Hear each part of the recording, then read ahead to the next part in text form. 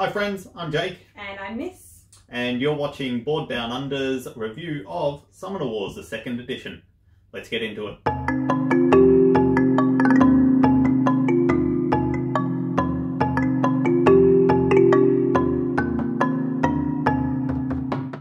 So the game comes with a number of components: your rulebook, your magic tokens, your damage tokens, dice, a little token to track your magic levels, and your decks of cards. The base game comes with 6 different factions. There are the Savannah Elves, which boost one another up. The Breakers, who are primarily archers and do deceiving things and mind control.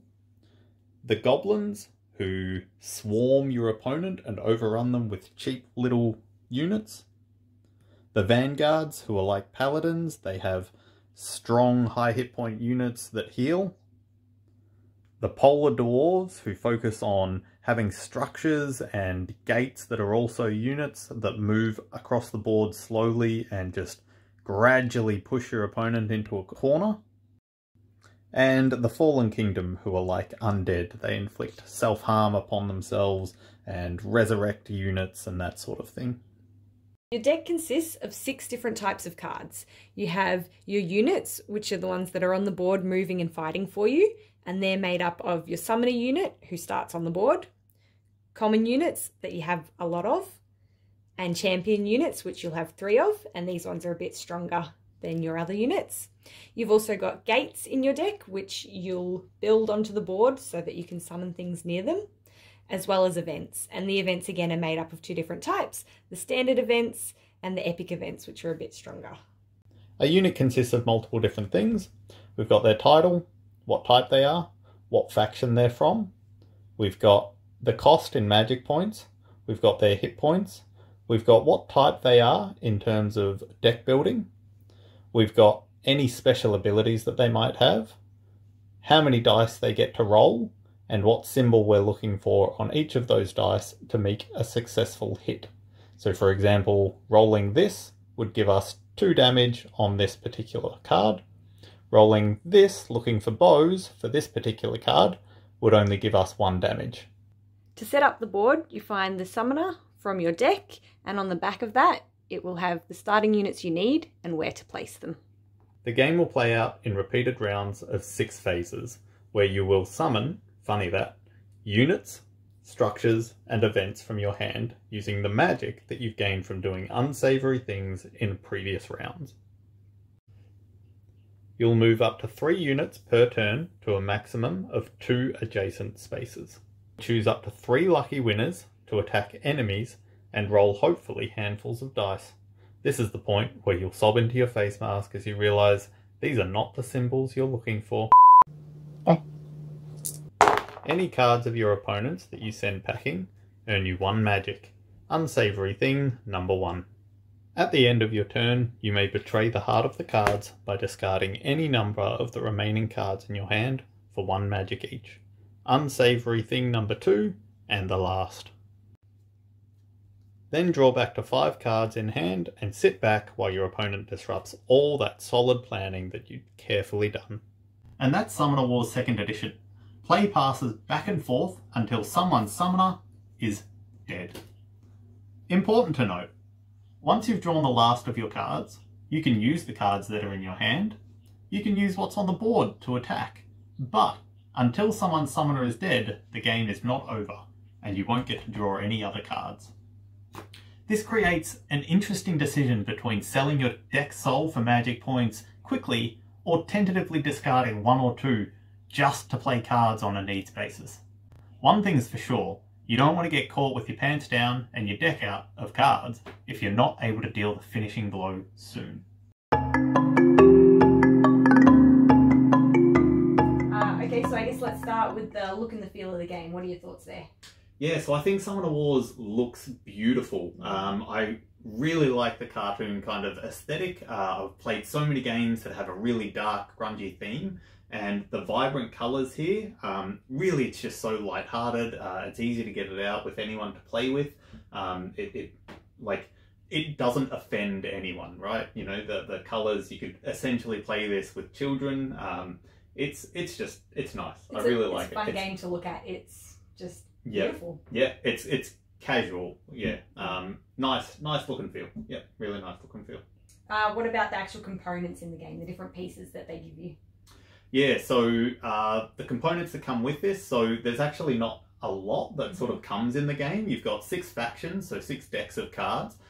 You've got some magic tokens, you've got some hit point tokens. Those are fine, they're just cardboard, nothing really to talk about there. Nothing special, but nothing wrong with them either. Exactly. The board itself, I like a very simple looking board.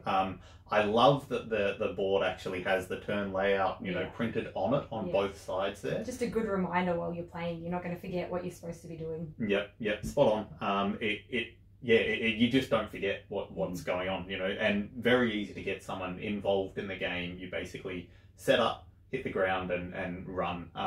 The one issue that I think I've got in terms of the components is actually the storage that the box comes in. Do you want to talk about that? So I mean, the storage that it comes with, it doesn't come with anything. Inside the box, there's a cardboard, separator that makes 2 bigger compartments in the box, but they're not the right size to fit your cards in or anything to put the little token components you were talking about in. So everything just becomes a jumbled mess unless you're using Ziploc bags or something that you've sourced yourself. There's nothing that the game actually provides to keep your game in. It's weird, right? It's quite nitpicky to pick on the storage of the game, but it's probably the biggest letdown. I feel like in a world where we've got game trays and so many great options for actually being able to store things, when you've got cards that are it's like set decks, right? You've got, and when I say set decks, there will be deck building, but I mean the width, like the size of your deck is always going to be 34 cards or somewhere around there. So they really could have supplied a way to actually store those cards, you know, in sleeves, somewhere safe within the box without the worry of getting them jumbled, without having to, you know, get elastic bands or separate compartments, you know, yourself. To keep them safe, a bit of a nitpick, but that's my biggest issue with the components, essentially. The actual gameplay components are fine, but the storage, you've really got to bring your own solution there. Moving on to the actual gameplay and the complexity of the game, it was so simple for us to get out and play. We, you know, read through the rule book and it was easy and fast to read through. It was fast to set up, and I think we were, you know, ready to play within 5 to 10 minutes after reading the rules and setting it up. What are your thoughts on the complexity of the game? So as Mrs. said, setting this game up, you pull out the deck that you want to play with, you grab the summoner, the back of the summoner's got, you know, the setup for that particular faction. It takes you literally a minute to get your side set up and you hit the ground running. Like, set up and tear down for this game, absolute breeze. Complexity for learning the game just doesn't really exist. It's very, very simple. Each faction plays slightly differently, so I guess some complexity comes into the strategy and the gameplay there in terms of which cards you play when and which cards can pair well together, and those options and choices that you have in the game. There are a lot of them, and that's I think where the complexity is in this game, which is enjoyable. It makes it different when you're playing, and having options and choices in the game is fun. Yeah, keeps it fresh, right? I mean, they're obviously going to release more factions and that sort of stuff into the game, so you're constantly going to have new things to learn, new strategies to develop, that sort of stuff. They will introduce deck building at some point, which is, you know, even more layers of kind of strategy and kind of fun there. So really looking forward to that side of things. I think the strategy is a plus for this game. Talking on that, it is a strategy game with dice. How do you think that plays out in this? So look, it's a bit tricky. This game has made me realise that I like determination. There's a word. Deterministic? Deterministic combat. So I find that the dice in this game in particular, you're rolling dice, especially for melee. You've got such a high chance to hit these swords on the dice that you're very, very likely to deal the damage that you're expecting to deal. But there are times when you don't. Now, it's a bit of a downside to this game, in my opinion, because the game length, which we haven't talked about yet, but the game length for this is, we found it to be about an hour and a half to sort of play the game. Now, when you're playing an hour and a half of sort of strategy game, to roll dice and have, you know, the very, very occasional turn where your dice go so poorly that you haven't killed that thing that you were really kind of banking your turn on killing or something like that, really throws your whole plan into disarray. Yeah. Now, yeah, my sort of personal problem is, it feels like the game, the dice are so forgiving that you kind of get into this rhythm where you expect things to go the way that, you know, they're going to go. It's most likely going to happen, and so you're basing your turn on that. Yep, and then you find, you know, one turn out of every 5, something drastic happens and you go, oh, you know, that's not supposed to happen. Didn't plan for that. And it's really quite jarring for me. You know, you're playing this strategic competitive game where you're playing with one other person. There's not necessarily a lot of banter going on depending on who you're playing with.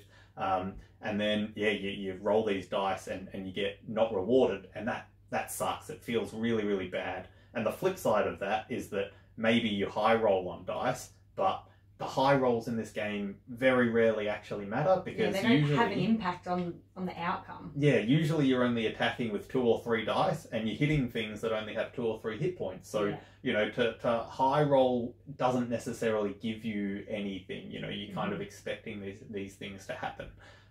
So look, the randomness, and the only randomness in the game at the moment, as far as I know, is with those dice. And while it's not a major blocking thing, it has those frustrating moments. You know, it's not deterministic combat. You make the best plan and it can be foiled. There is a chance, no matter what, when you roll these dice, that you're gonna, you know, miss every single attack. So just be aware of that going into it. Yeah, sure, definitely. What about replayability? The game, you know, comes with 6 summoners at the moment, 6 different decks, and so there is, you know, chances to play different combinations of who you're versing, and also the summoner that you've chosen, different ways you could play your summoner. What are your thoughts? Yeah, I mean, I think this game's got massive replayability. I think, you know, that they're releasing new factions going forward, so that increases it even more. But even just in this base master set, you know, six different factions. I think that's 15 combinations in total. Each of those is going to play quite drastically, you know, different. And within each faction, you've got different types of gameplays based on, you know, do you want to summon these champions? Each champion feels awesome, but, you know, each champion usually has kind of its own unique ability. For example, the Ice Dwarves, you know, one of the champions increases your structure's health by 1, which is awesome. But maybe you just want to go with more brute strength and you know, try and run down your opponent as opposed to increasing the health of your structures. So I think the replayability there, is really quite high, even just to replay the same faction. Yeah, definitely. And as a game that only costs, here in Australia, $75 is its regular retail or recommended price. So for that kind of price, having that replayability and the amount you can play this game feels great. It seems like it's good value for money. Yeah, no, completely agree there. I think this is, 100% good value for money. I guess overall, what are your thoughts? Do you have a score for the game overall? Yeah, so look, I think overall, I mean, I do really like this game. I think I'm going to give it an 8. I think we didn't touch on it too much, but the game length, an hour and a half, I think it goes slightly too long in my opinion.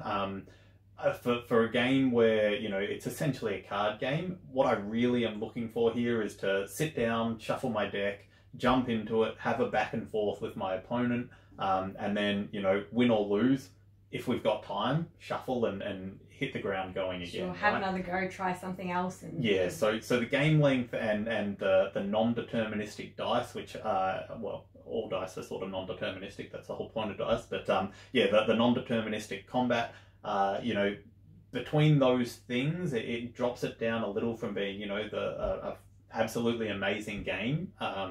But that's my opinion. Yeah, I guess I'd go slightly lower. I think I'd give it a 7. Same reasons as the thing you said. And I guess as well, I'm not as big a card gamer as you. But this game, it got me. It was a good game, even though it's a card game and it's not the type of game I would usually like.